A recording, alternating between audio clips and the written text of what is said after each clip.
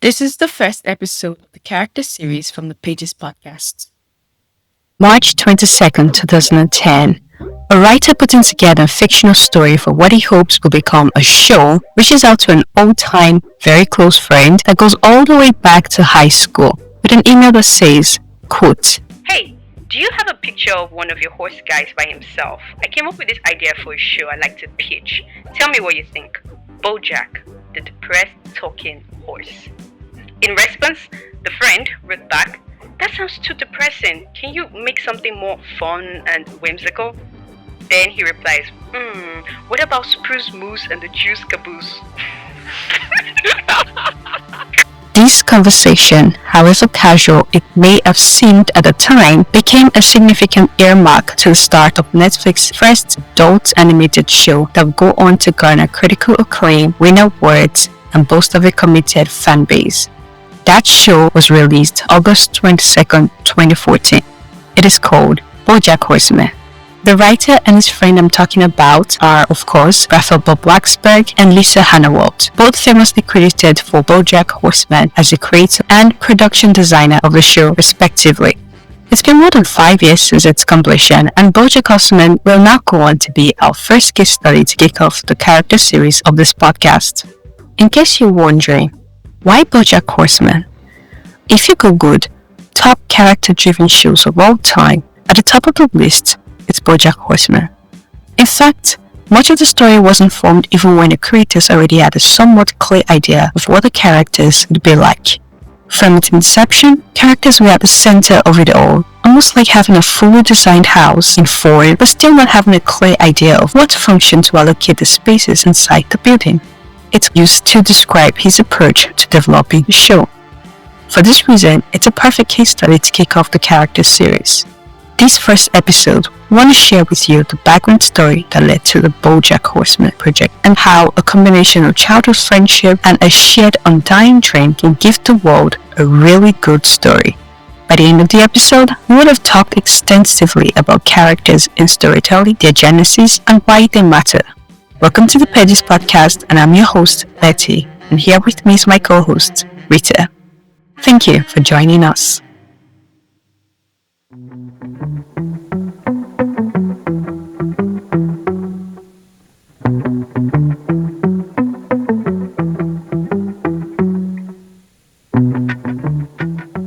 Hey Rita! Hi Betty, nice to be here with you. Oh my god, this one is a long time coming. I'm so happy we're finally able to get into the recording of the first episode of the character series. I'm very excited. I'm obsessed. Can't wait to start. All our audience, I'm so glad that you guys are here listening to us.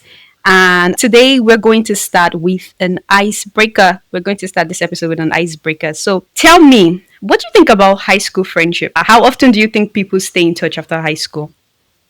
I wouldn't know as a whole, honestly, because I avoided my high school group chat. Immediately I left the school, I just left everybody behind. However, I have 3 friends I am still in touch with. I mean, I love them to death, but we hardly communicate in the group chats. Only when there's important information, or maybe in case of emergencies, that's only when we talk. So you don't have like a really close friend from high school that you still talk to on a regular Daily basis? No. Not daily, but like maybe once a week, once in 2 weeks. No, it's not a relationship. No, no, I don't. Right. That's sad. It happens.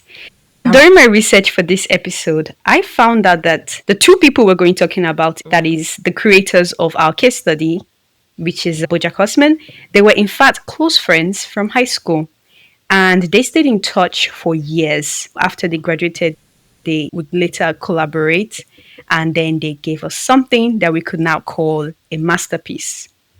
It forced me to make some personal reflections and ask questions like, how common is it to stay in touch with friends from high school, or even maybe further back down, not just high school, maybe from like primary school? I think that one's even more rare. It just had me asking all these kind of questions because sometimes this discussion can feel vague almost pointless because some people believe that friendship from high school are mostly trivial ones, and the ones that matter most are the connections that we make from uni. Because at high school level, you're still trying to form bonds, still trying to develop a solid identity and discover what it is exactly you're trying to do with your God given life. So, just to satisfy my curiosity, I asked a couple of my friends what they thought, and here's what they thought about it. I'll be starting with Philip. Okay, on the scale of 1 to 10, how common do you think it is for people to keep in touch with friends from their childhood? I'm not just talking about secondary school, but even way back, maybe from like your personal experience and from the people you know. How common do you think it is from a scale of 1 to 10? I would say like three to four. I think a lot of people that have talked about this with, they tend to have one or two people that they are still in contact with. However fragile that is, I think. So like in terms of number of people, it's usually like very low, like one person you're still in contact with two people. Sometimes it's zero. So I would say it's not very common in that sense because of the number of people that you are still in contact with. But not that it's uncommon that you have nobody from that period or you are still friends with. All right. So you give it a 3. 3.5, 3. 3.5. Ok. And then Oriana? Una scala da 1 a 10, secondo me 9 su 10, ti direi. Visti i tempi che corrono, il fatto che siamo nell'era della digitalizzazione. Se mi parli di quanto penso che sia comune per gli altri, per me no, per me è molto poco, insomma. Cioè per me i rapporti si fanno nella vita reale e non sui social. Salim? Okay, well, fine, because I do have some friends that they lost the connections. Even my parents usually would say that your best friends and your friends for life are friends from university, like last years of university. Mano? So I said 1 out of 10 cases because it's actually kind of rare. Yeah, because if I think about my high school, I remember there are some people I met that up to now we don't talk anymore. Not just because we don't want to talk anymore, but because we couldn't keep in touch with each other because life happens to every one of us. Avery? So 1 to 10, how common it is? Well, I would reckon that it would be about a 7. That's quite high. 7 being high, yeah. Because I'm saying that based on my experience. Nivi? I would rate around 5, I think, because I don't think it's very easy to maintain your friendship from high school because it's not so easy meeting them like before because they have other responsibilities and you have some other responsibilities. But yeah, you are there for them when you can. My last interviewee is one of my 2 closest friends from secondary school whom I've known since age 12. Her response echoes my own view on the matter, so I left hers for the last. Yes, Deborah. I think the chances are basically 100%. Yeah. I feel like that's what it is. Yeah, I think everyone has that opportunity to build that friendship. And like I said, that's when we're figuring out who we are. So I'd like to assume that once some people have decided on who they want to be or they're more authentic to who they are, you will naturally find someone who would match that and the friendship is likely to continue. In the end, I realized that the baseline is friendship from high school. It's important. It's relevant to us. But we all have the same level of opportunity to develop it. I know it feels very rare, but it's your choice whether you want to build that friendship or you want to let it go. And there are different reasons why people fall out of touch, right, Rita? Yeah, number one can be distance. I think that's the first one. We are no longer in the same space or in the same position we were in high school. We no longer have the same topics. Some people outgrow anime or they think they've outgrown anime and then they start doing other things and we start working. So I think the number one thing that creates that void is the distance that ends up growing after we've left that particular space. Generally, I think shared interest or dream or coming from similar background and compatibility also plays a major role on whether people stay in touch or not. Just like the creators of our first case study, Lisa Hannah-Walt and Bob-Waksberg. 2 accomplished creators in their own right. who went to the same high school, bonded over their shared love for arts and theater. And then they stayed in contact even after years of graduating from high school, despite the fact that the two departed to two different cities that are, get this, 5 hours away from each other by direct flight. So What? one went to LA, the other one went to New York. So I don't think physical distance is a good excuse. Oh, but that's far. Not gonna lie, that is far. Whoa. I think about the distance. If any two people have an excuse to not stay in touch due to distance, it will be these two. Because by flight, you're 5 hours away from each other. America is big. It's like two different countries. And when you have that level of distance, I think it's more than enough excuse. If distance is a real reason for people to stay away from each other or lose touch or lose contact, I think that would have been a perfect moment for the both of them to stop being in contact, right? It depends. I think it depends on the kind of person you people are and the kind of relationship you have in total. If you're the kind of friend that is like, oh, you did not speak to me for maybe 3 weeks, because it will definitely happen. If you're the friend that says, oh, you didn't speak to me for 3 weeks, so I won't speak to you forever and ever, then maybe there might be that problem there. But if you're the kind of friends that if we don't speak for 3 weeks and then one day one of us picks up the phone to call and it's like we never even went on that break for that 3 weeks, then yeah, I have a feeling that they will have this kind of relationship where even though their friendship has some kind of distance, when they come together again, it's like that space or that void was never there. I feel like that's the kind of person they would be. Yeah. So here's why we're talking about this, because now I'm going to give you the backstory of the creators of BoJack Horseman. Here we go. This story takes us all the way back to late 1990s, 1998 to early 2000s, we can say. And this is roughly around the time when Raphael was probably still in high school and he graduated 2002 around that time. Raphael and Lisa's friendship began when they were in high school, and these two bonded together in her school called Gun High School. The Gun is spelled with a double N, like your normal gun, but with two N's. And it's in Palo Alto. Where is that? Palo Where is Alto. Palo Alto? It's a county in LA. So, in an interview, Raphael revealed that he had casted Lisa in a play called The Family Continues. And it was a play where Lisa claimed that she had to pretend to be giving birth on stage and stuff. What? I'm trying to wrap my head around this awkward rule. And I'm like, okay, fine. But we can already get a sense that these two had a passion for something. Raphael, even as a student, was already playing director, and Lisa was really into theater. Yeah. Lisa was a grade ahead of Raphael, and the two would sometimes sneak off to hang out in a place that they call the Green Room, which is just like a room at the back of the drama classroom. So they would hang out in this Green Room. Keep in mind that Gun High School is reputed to be one of those high expectation schools. It's like one of those schools where you're supposed to ace your SATs. If you're not getting 1,600 out of 1,600, you're considered subpar. If you get that, you just scratch the basic minimum. So you can get a sense that this is a very high expectation school. Rafa personally said he was never big about grades. He mentioned that he was known as the class clown and he just didn't care about the grades. Rafa recounted that he was raised in a family where comedy was a real thing and it was deeply integrated in the family tradition. During dinner, everybody would sit down. So maybe they're doing Hanukkah or any other kind of Jewish tradition. They would sit down and it was all about food, drink, wine, and then comedy. So everybody's trying to outdo each other. You share a joke and somebody's trying to outdo you and sharing the joke that is much funnier.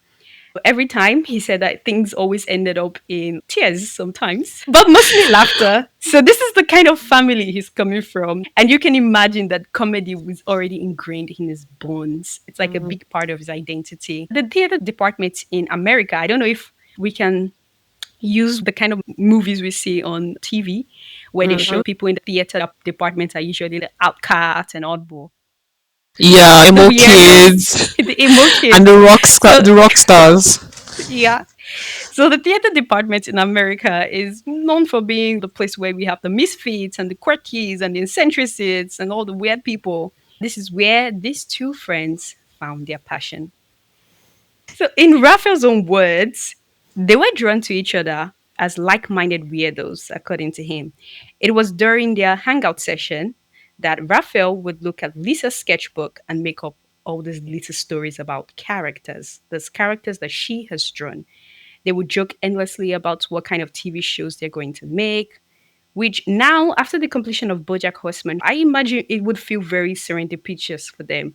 But in hindsight, neither of them talked about creating TV show with a very serious setting that they would definitely do it. It was probably one of those, it's nice to have, nice to think of dreams that they Mm-hmm. shared.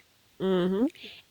In fact, in an interview, Raphael shared how during the production of Bojack Horseman, every once in a while, he will pass by Lisa's office and say, quote, "Can you believe we are doing this? It's pretty crazy." Yeah, I can imagine it would have been very crazy for them since it's something they talked about when they were, what, 16, 14, Yeah, 17. yeah. Manifesting is real. Manifest your future. Like, yeah, it Yeah. seems that is really cool. Raphael shared that despite the fierce competitiveness, he wasn't too bothered by it. He always felt like he belonged somewhere in spite of how oddly he perceived himself. The green room of the theater studio was where he found his solace. When he had free period and Lisa would have her own free period, they would sit in the room, they would chat all day, and Lisa would make all these doodles because she's the artist between the two. Then Raphael would start making voiceovers for them and coming up with stories. Wow. So Raphael was with Lisa all day and they are literally doing nothing except sketching and mimicking the characters or bringing the characters to life. I think that's Yeah. cute. They're innocent, Your Honor. They are innocent. These are cute kids. This is what we have on the record. We don't know anything. Exactly right. Right. So yeah, they both had passion for cartooning and storytelling. Lisa's been making comics since she was 6, and Raphael was raised in a pretty much liberal Jewish home. The both of them seem to have embraced their calling quite early. And personally, I think that the love and passion for something doesn't just go away. And I think because that was the foundation of their bond, their relationship stood the test of time.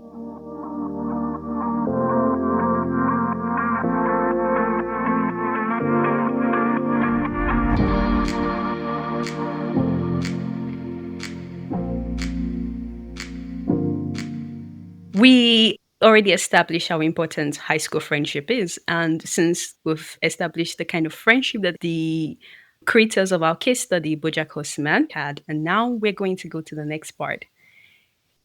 At some point in life, we all have to grow up. Wouldn't you say so, Rita? Yeah, definitely. Yeah. We have to leave our old self behind and then move forward to the adult life. That Which is a scam. exactly, it doesn't get better. Yeah. All right. So, well, after high school, Raphael went to college in New York and Lisa went to art school in LA, Los Angeles. They continue to stay in touch and collaborate in long distance on a web comic they called Tip Me Over and Pour Me Out, which I read was about Bob-Waksberg's dating experience in New York. I think it's around this time that life seriously got real for both of them. Their career path took different turns eventually, with Raphael majoring in theater and performing art, while Lisa in arts. Both of them graduated in 2006. As any fresh graduates, the pair had their fair share of career maneuvering to do, trying to figure out what they wanted to make of their life. Okay, so Lisa, who was sketching, majored in arts, and Raphael, who was basically voicing her sketches, ended up in theater Yeah, and performance. Wonderful. yeah. Doing their dreams. Yeah, exactly, following their childhood dreams. Raphael was a comedy kid and he got into it pretty early in his career. Lisa, especially, shared that she was having a lot of difficulties, as one would expect with anybody with an art degree. Art degree is hard to fish for jobs. I don't know if it's changing now, but that's a Nope, it's preconception. not changing. Sorry, it does not change. Me, I can tell you live that it does not change. Yeah. She revealed feeling uncertain, especially since her art wasn't always understood and it was always considered both gruesome and jokey, but in a way that couldn't be taken too seriously. She talked about how in arts and maybe in life in general, men can get away with being silly in a way that women can't. So after college, she took a job as a secretary since the obvious gallery painter path that she had imagined didn't pan out the way she thought. As an alternative to that high end art life that she was hoping for, she started freelancing on the side, making illustrations for publications like Vice, doing pet portraits to trade for beer and money. Eventually, she met other cartoonists through making comics when she moved to New York. By the way, Raphael was in New York, if you guys remember. And almost like that, it's like they were swapping cities. So around the time, I don't know if it's around the same time, but at some point, Raphael moved to LA, where Lisa was, and Lisa moved to New York, where Raphael was, to follow their dreams or pursue their careers. Meanwhile, in Brooklyn, after Lisa moved to New York, she became part of this all female cartoonist studio made up of a bunch of women. Lisa referred to these women she met in New York in this Brooklyn studio. She referred to them as hyper talented. And from what I've gathered from the way Lisa perceives herself, she struggles to give herself credit for anything. And she doesn't even think she's that talented. I think she is. So she starts scrapping rent together with her freelance illustration work and selling comics and original art at festivals. She didn't have a real plan, though, on how she was going to make her dreams come through, but a desperate desire not to lose her craft. She continued to create with whatever free time she had, and that meant even working through the night. I guess in the end, dedication is key. No matter what you're doing, you just have to keep at it, right? Yeah, consistency is king, man. Yeah, Dedication and consistency. Yeah. yeah.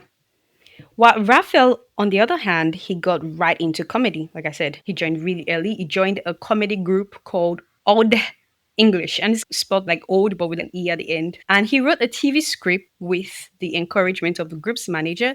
He moved to LA, where Lisa previously was, and he got into television writing. I think in his case, his career seemed to be less of a beeline path compared to that of Lisa's. I think he's more open and it's easier for him to do a lot of networking. Well, this particular move for Raphael was the major trajectory he needed to get started on creating TV shows as he had dreamed with Lisa when they were much younger. So, according to him, it was the beginning of the spark that would ignite Bojack Horseman and set the unsuspecting concept on fire. But before that, he managed to find work as a TV writer in LA on two network sitcoms that somehow the both of them got cancelled after 6 episodes. I Yeah, think that's if I was in this position, two sitcoms that I'm writing just get cancelled. I think I've used up all my luck. I don't. I'm going. I'm going home. I've used my exactly. I'm luck. going back to my parents' house. It's like, I've locked out. Like what the oh my god. so he was in his jobless phase, his joblessness tenure, maybe not fully jobless, but he was shy in this phase where he didn't have a big project going on. And he developed a deep sense of sadness, which he said, quote, the best comedy comes out of sadness. What do you think about that, Rita? I don't know. I'm not a comedian, so I don't know. But if I'm sad, I'm sad. Like there's no what's which comedy? What is funny in the environment, please? Like what you're looking around, what is exactly is funny? So I don't know. He's a genius, so Yeah. maybe a I different feel kind of there is nothing funny about joblessness, seriously speaking, not being able to buy bro. food with your money. No, there is hashtag jobless era. No, no. That's why I really appreciate the way he was able to turn his sadness into comedy. Because I feel many comedians are good at that. Like they will roast themselves before someone else can come and roast them. You know? Yeah, that's a talent. It is a And I respect them talent. so much for that. Yeah, because I won't laugh. Like, what's funny? Sorry. Hmm. Yeah. But as God will have it, a startup animation studio having connections to the TV network where he had worked asked Raphael if he had any ideas for an animated show. And his first thought was, you know what? Can I use this as an excuse to work with Lisa again? Oh, we're doing so much fun. Wait, Betty, this is us. This is us, innit? Right? Right? Oh, yes. Okay, so in response, he goes to Lisa's website and he prints out some of her drawings as they are done in high school and he begins to make up narratives to go with the characters that she had drawn. Later, he told New York Times in an interview that he reached out to her in an email on March 22nd, 2010. And Raphael wrote on this email, quote, hey, Do you have a picture of one of your horse guys by himself? I came up with this idea for a show I'd like to pitch. Tell me what you think. Bojack, the depressed talking horse. In response, the friend wrote back, "That sounds too depressing. Can you make something more fun and whimsical?" Then he replies, what about Spruce Moose and the Juice Caboose?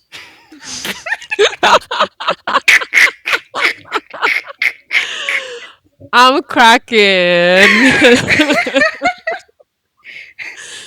Oh my god. A true comedian. A true comedian. Okay. I have to regain myself. So funny. It is very funny. Anyway, spitballing off his new suggestion, she adds, "Oh great, and they can have cocktail waitresses called Spicy Mice." I'm screaming.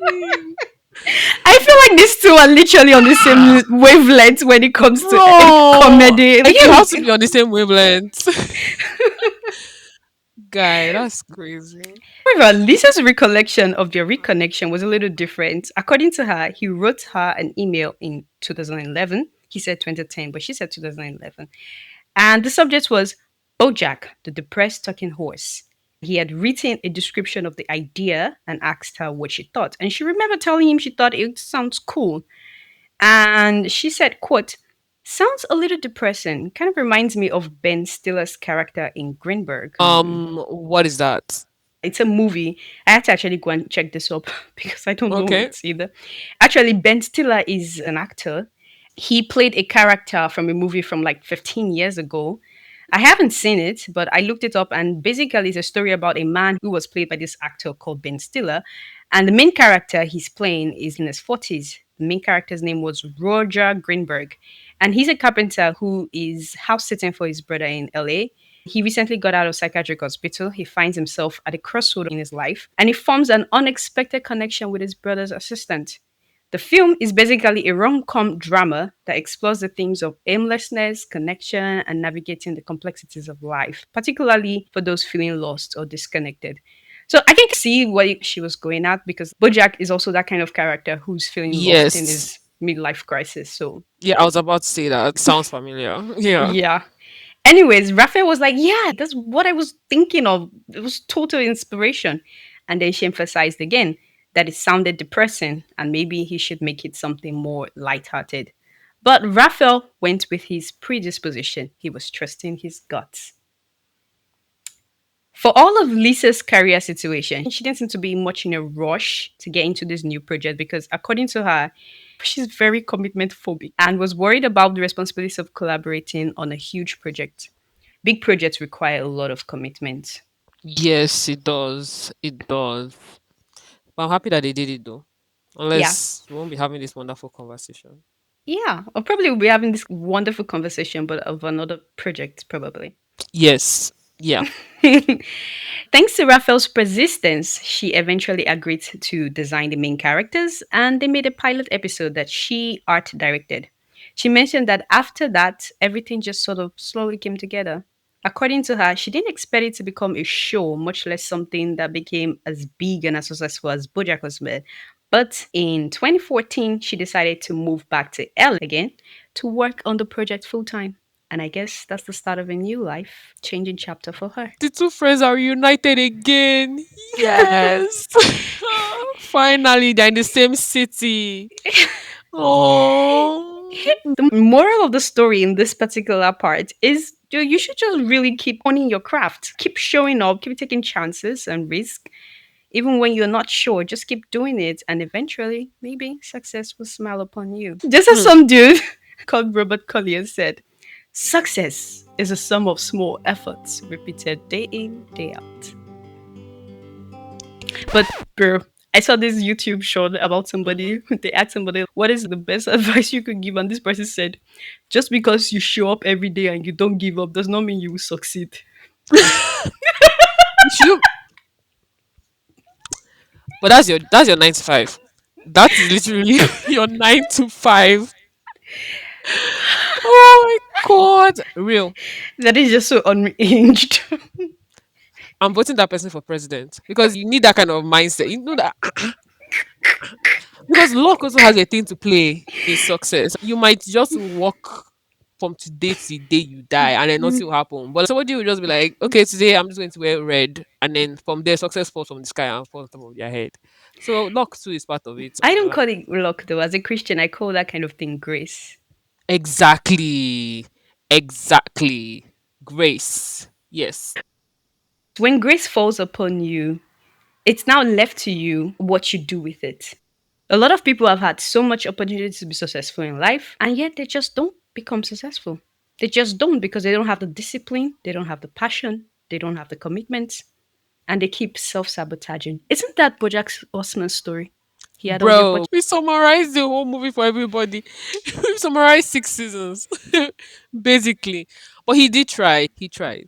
Right. Not gonna lie. Yeah.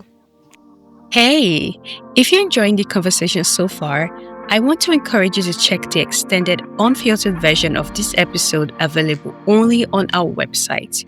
You can head to www.pagespodcasthq.com. With as little as $2, you can unlock the full episode interviews and discussions where things get super funny, sometimes a little bit embarrassing, and a lot more personal. However, if you simply want to support the show, any donation above $2 pay mark will unlock the extended episode of your choice. Trust me, that's where the real fun is. Now, let's get back to the show. It's not easy to come up with ideas for stories, right? No, it is not. Usually, your first couple of stories are and cringe and probably would not age well. I'm not saying this from experience because I'm not a story writer, but I have read some stories from some of my favorite mangakas. Yeah. But the truth is, it is actually easier than we think. Every human you see out there, all 8 billion of us, if we're not even more, is a living story. Every human being you see is a living story through our living experience.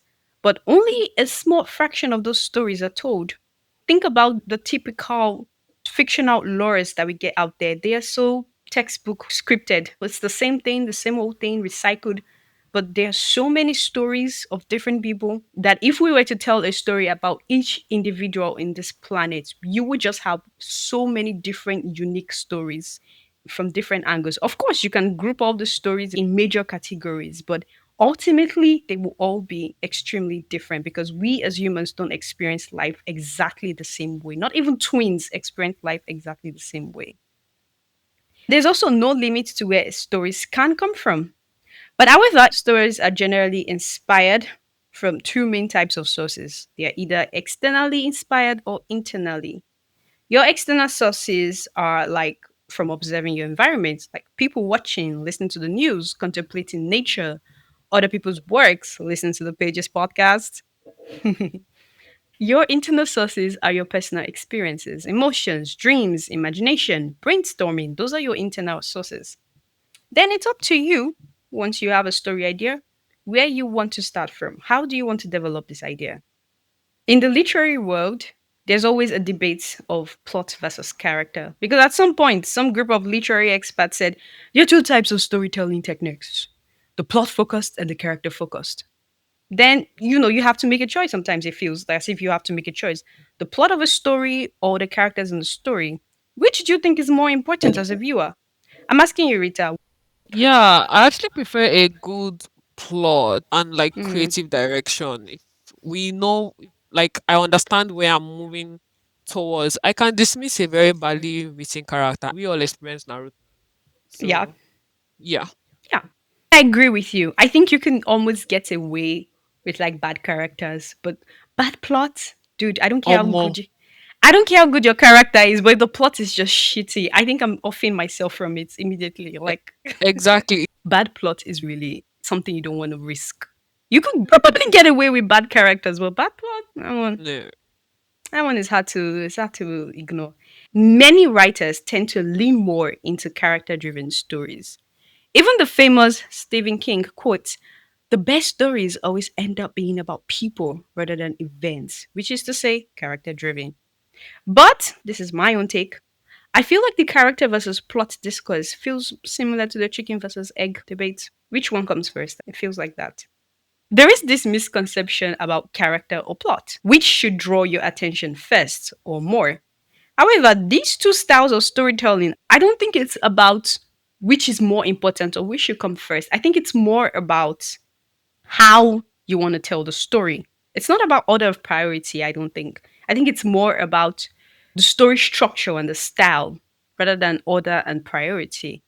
Anyways, the plot driven story focuses on how external events shape your characters and forces them to act and change as the plot progresses.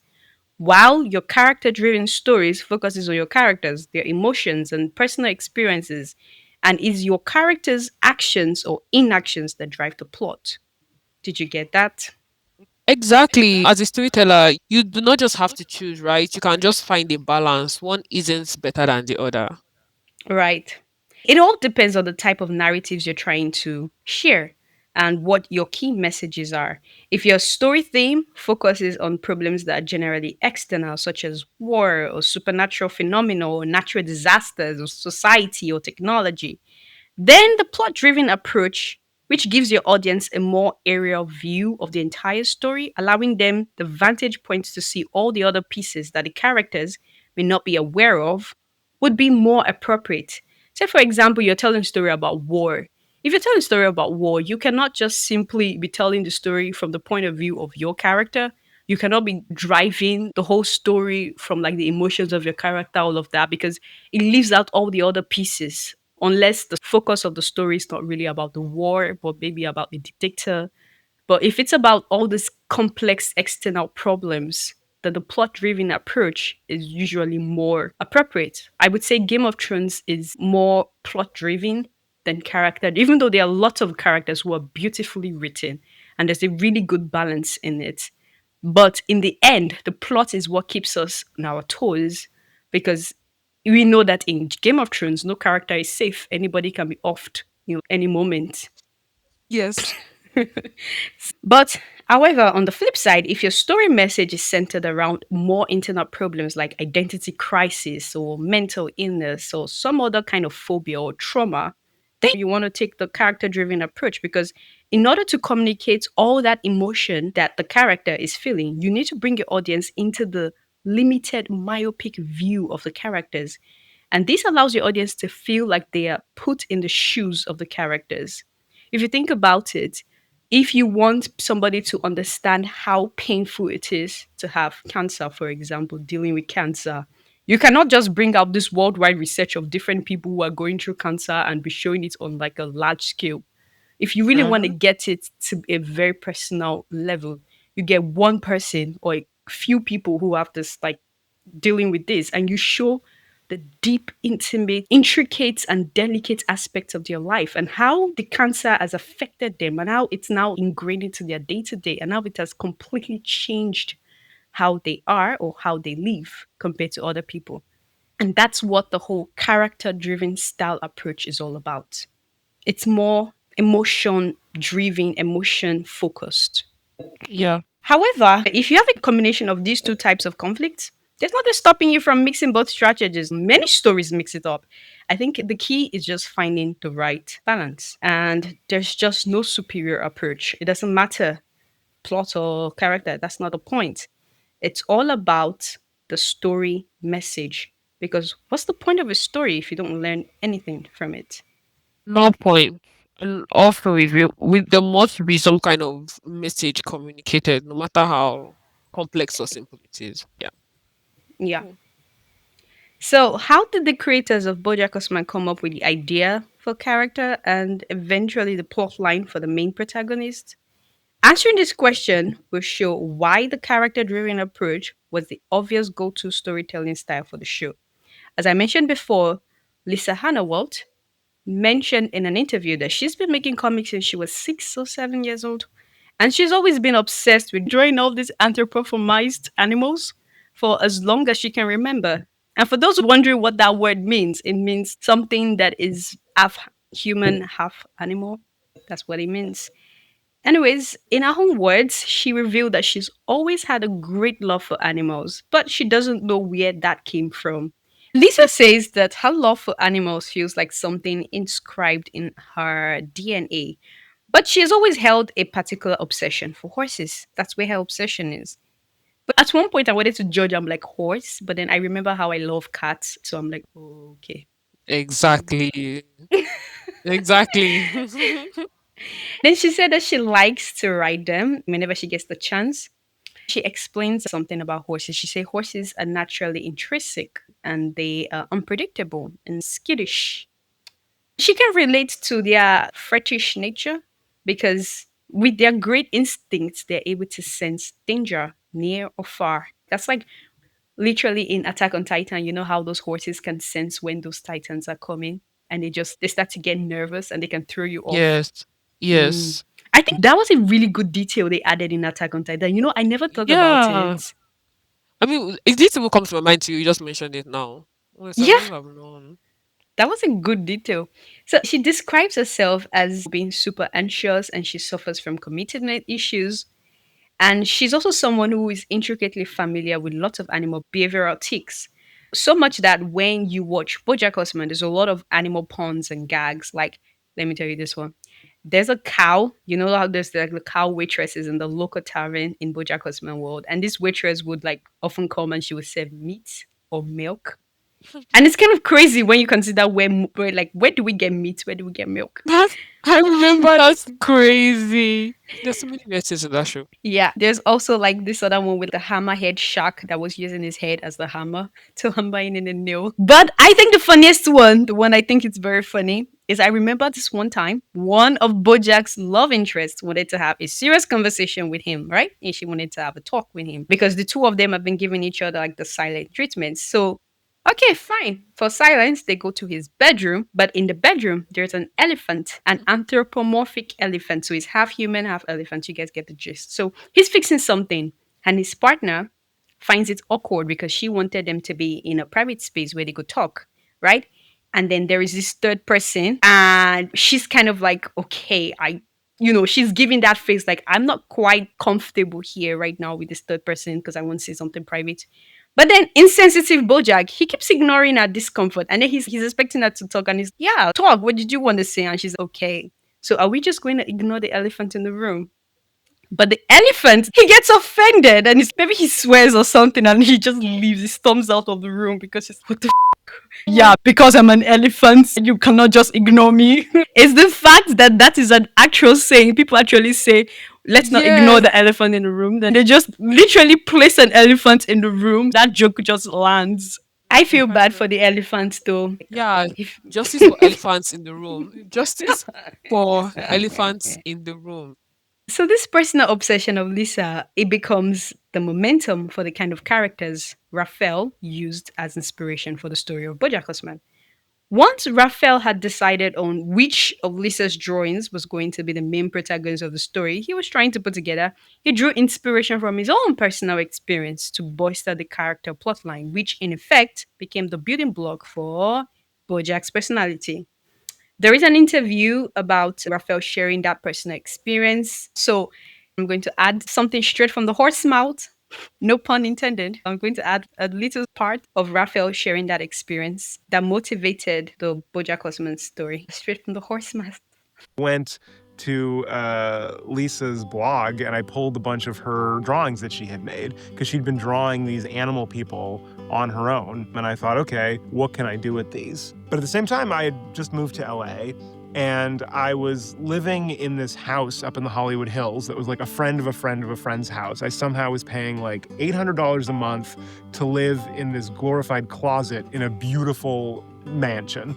And I don't quite know how it was arranged, but I remember the rumors amongst the housemates that it was the third highest elevated house in all of Hollywood, that Johnny Depp had lived there once. There were all sorts of secrets in the houses. And it was on the top of this hill, up this very windy road that I immediately got into a car accident on.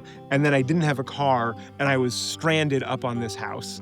And I remember looking out on the deck over all of Hollywood and feeling simultaneously on top of the world and never more isolated and alone. I didn't have any friends. I didn't know anybody. And so that was the beginning of the character for me. The idea of this guy who was living in a house like this, who'd had every opportunity for success, but still couldn't find a way to be happy.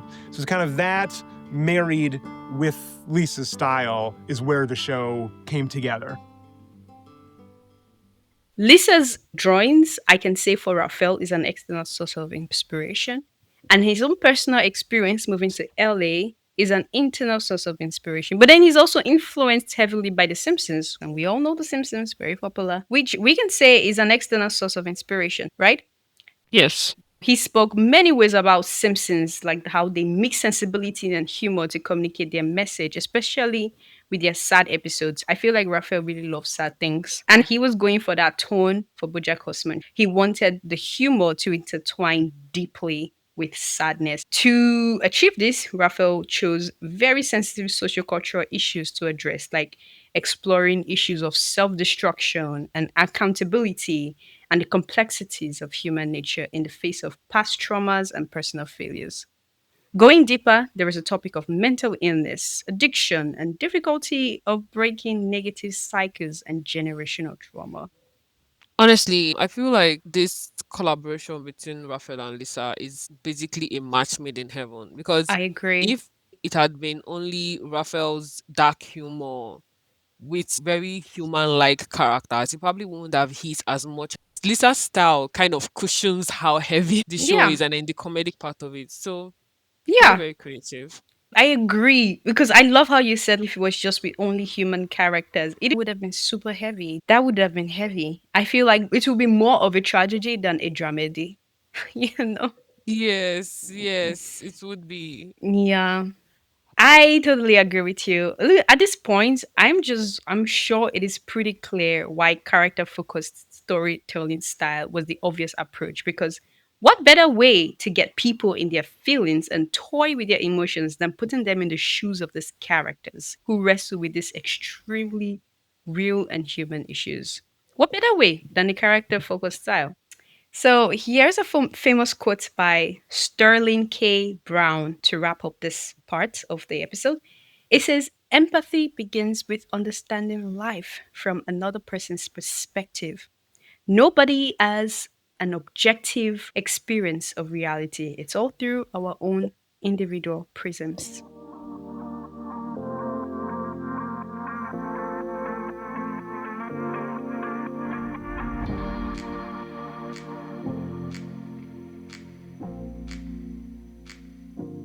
We're going to get to the next part of this episode, and this is going to be about the genesis of characters and why it matters. We keep talking about characters and storytelling. Characters, characters, characters. But do they really matter? Do they? And we're about to find out why, if they do matter. Why should you care about characters? If after everything we've said, you don't understand why we should care about characters, we're about to get into it. We will rave. Here's something I want to drop. It's a quote. I don't know who made the quote, but it's just a quote. It says, a bad character is like a flat tire. It gets you nowhere until you change it. Actually, the original quote is about a bad attitude. I just changed it to bad character because I like how it still makes sense when you use characters instead. That quote actually works well even in storytelling. Think about it. If you have a set of bad characters, by bad, I mean poorly written or crafted characters, they can keep your story stuck. You just keep throwing at them all these sets of amazing narratives, power ups, and maybe even character development. You bring plot twists and foreshadowing and what have you. But because your character is so poorly constructed, it simply doesn't fit, it doesn't land. If you've ever seen Naruto, and Naruto is a sore spot for a lot of anime fans because it's a great anime, but it's a sore spot. There is a female character so famous for being such a poorly written character that a lot of people swear that she could have single handedly ruined the entire Naruto series.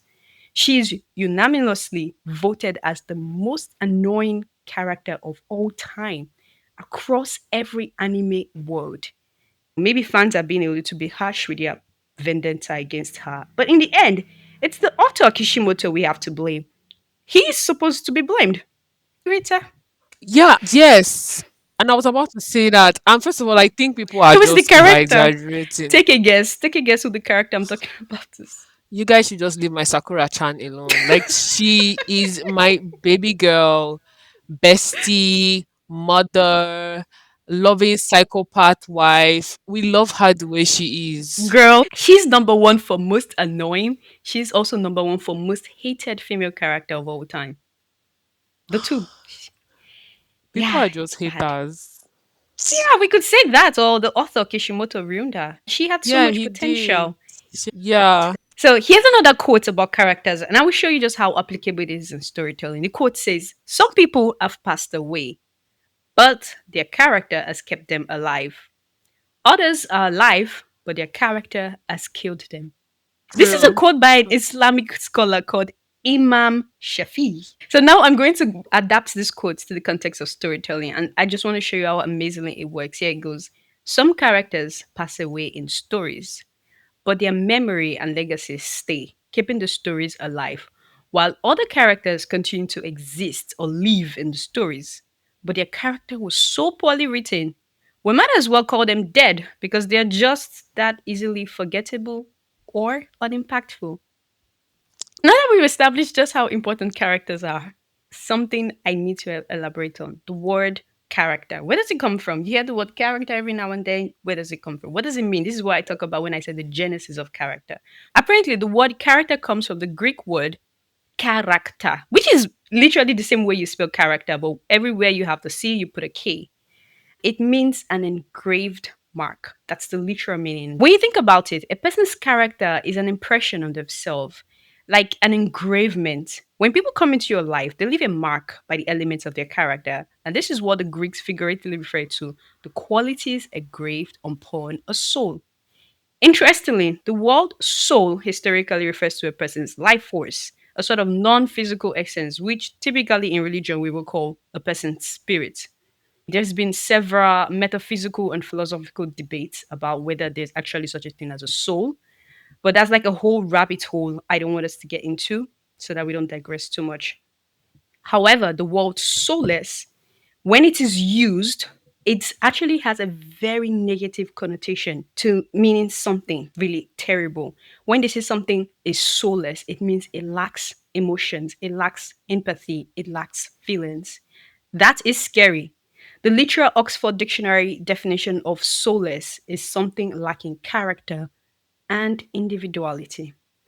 Honestly speaking, you don't want to risk your characters coming off as soulless unless that's literally the point of the story. And you've got this anti hero or villain archetype whom you want to use as a protagonist. Even those kind of characters, even though you portray them as soulless, there are still strategic ways to go about it. Because why would I spend my time reading about this one character that does nothing? There's no emotion, there's nothing to him. I might as well just go and read about rocks, right? So, interestingly, in one Asian philosophy, the character of a person is believed to be something bound to their soul. So, now you guys see the connection between the word character and soul and having a personality and emotion. All of that put together is what we like to call human. In storytelling, a character is a person or animal or being or creature or just anything that is subject of a story being told. Characters make up the living elements of a story. Their character traits will be what makes up their personality. So basically, even if your character is about a cheer, the only reason why readers can relate to that cheer is when it's being portrayed in a sort of human form. If you want people to care about your characters, you must make them feel how characters feel. That's basically the motto of character focused style. But this much is true about anything in life. If you want people to care about something, you must create a situation that makes them feel that they have a stake in that thing. In a simpler sense, it's being persuasive by appealing to people's empathy. To stretch it a bit, it's using the power of words to manipulate people's emotions and get them to be invested enough to feel like they've got something at stake too. If the character loses, people who are watching or listening or reading about this story of this character, they have to feel like they also have something to lose. If this character wins, they have to feel like they win too, That's amazing, honestly. right? So the soul of the character is literally connecting with your own soul. As you were speaking and as I was listening to you, it just reminded me of so many characters too that I could easily relate to and connect with. So this is actually why it is that Yeah, way. That's cool. yeah, exactly, exactly. That's why characters are important. That's like the big thing because I want to admit writers and storytellers are manipulators. I feel like I'm for not you gonna to be lie. for you to be able Yeah. to tell a story that gets people so invested they feel like they have something at stake, you have to have some level of manipulative skills. I just have to tell the truth. Maybe you wouldn't use it in real life to manipulate people, but you are manipulative with words because you know how to pull people's emotions. By crafting a story that captures you into their world, I'm talking about the authors, writers, storytellers, they're able to force reactions for you. Think of a number of movies, books, anime, or series that you've got so invested, you even had to put aside important things you should be doing in exchange of watching these shows. So this is something I believe the creators of BoJack Horseman capitalized on. On first glance, you would be tempted to dismiss the show as just another satire comedy story about some anthropomorphic characters, like they're coexisting with these human characters, they're making animal jokes, and they're being politically controversial. It's set in a world inspired by modern day LA, Hollywood, and God knows Hollywood has more controversies than any secret society you could ever imagine. So, Real. so Very real. yeah, the story of BoJack Horseman is set in this fictional world inspired by modern day Hollywood. When you first check out the show, that's what you're thinking it is. It's just about animals laughing, blah blah blah, and you don't think too deeply of it. However, as the story starts to get much deeper, it starts to get dark. It feels like a trap because nothing really prepares you for the dark turn it takes with its characters, especially with how colorful and bright and innocent the animation style is. It is a dramedy. I'm talking about comedy mixed with tragedy. And this is the series that we have chosen to explore the character series. Honestly, I don't think we could have chosen a better case study because there aren't that many shows and books out there that get to the heart of characters and their design as deeply as BoJack Horseman does.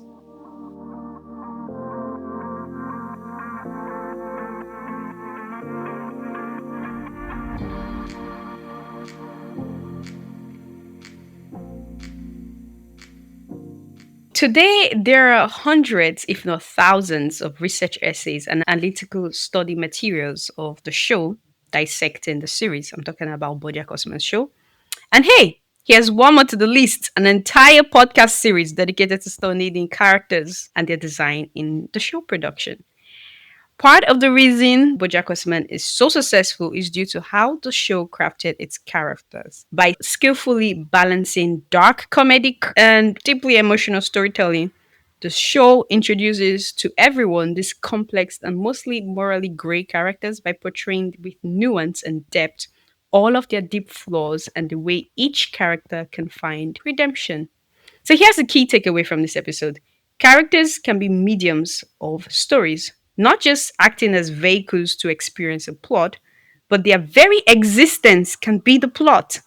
The way to tell such stories deeply inspired by characters themselves is by using the character focused storytelling style.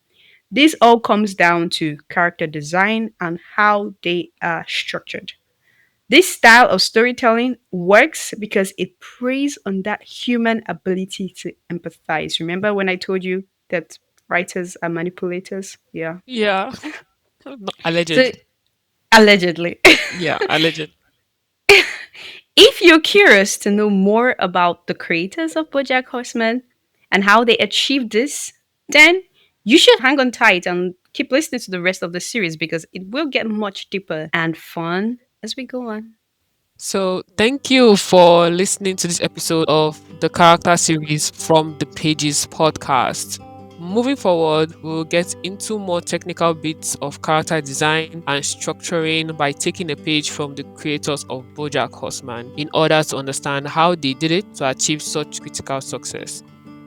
On the topic of character design, we will have a three-part session, possibly an episode directed to each section. Our first section will discuss creating memorable characters and the strategies of character design that help create those unforgettable characters whose stories we consume and enjoy, and that will be our next episode. Future episodes will address the second and the third sections of character design for the series, which are creating rounded characters and character archetypes, respectively. All these and more will be explored through the lens of the creators of BoJack Horseman by analyzing the characters they unveil to us in the show. I think it's worth studying since the series is such a cultural icon in adult animation. You do not want to miss this, especially if you are a fan of the show. Before we go, here's a quick side note. Everything you just heard is the prim and polished version. While we kept the main topics here, it's nothing like the unfiltered extended cut on our website. Our website is www.pagespodcasthq.com. I repeat, www.pagespodcasthq.com. In the full version, Rita and I get super silly as we reminisce about our high school days in Nigeria, especially within the context of boarding school. We touched on how our environment and exposure sort of shaped our childhood dreams.